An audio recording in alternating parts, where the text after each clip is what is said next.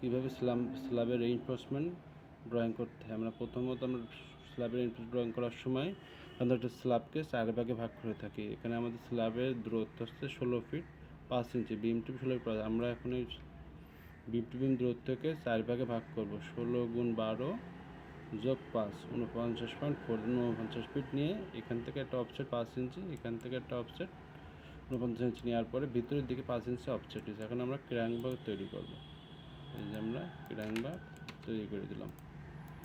যেহেতু এটা চিকন লাইন ড্র কনস্ট্রাকশন লাইন আছে, এটা আমরা কী করবো বোঝার সুবিধাতে একটু গাঢ় বা একটু ড্যাশিং টাইপের মোটা টাইপের একটু করে দিলাম, ম্যাচ করে দিয়েছিলাম। দেওয়ার পরে কী হবে সাধারণত ক্র্যাঙ্কবার যেভাবে দেখার জন্য কি আমরা ট্রিম করবো। আমরা ট্রিম করলাম। ট্রিম করার পর এবার কী করতে হবে আমাদের উপরের নিচের যে বারগুলো আছে বা যে দাগগুলো যেগুলো আমরা গ্লেড করে দেবো। গ্লেড করে দেওয়ার পরে আমরা এক্সট্রা 5 ইঞ্চি অফসেট দিলাম। 5 ইঞ্চি অফসেট দেওয়ার পরে এটা কী করে আমাদের ক্র্যাঙ্কবারে এক্সটেন্ড করতে হবে।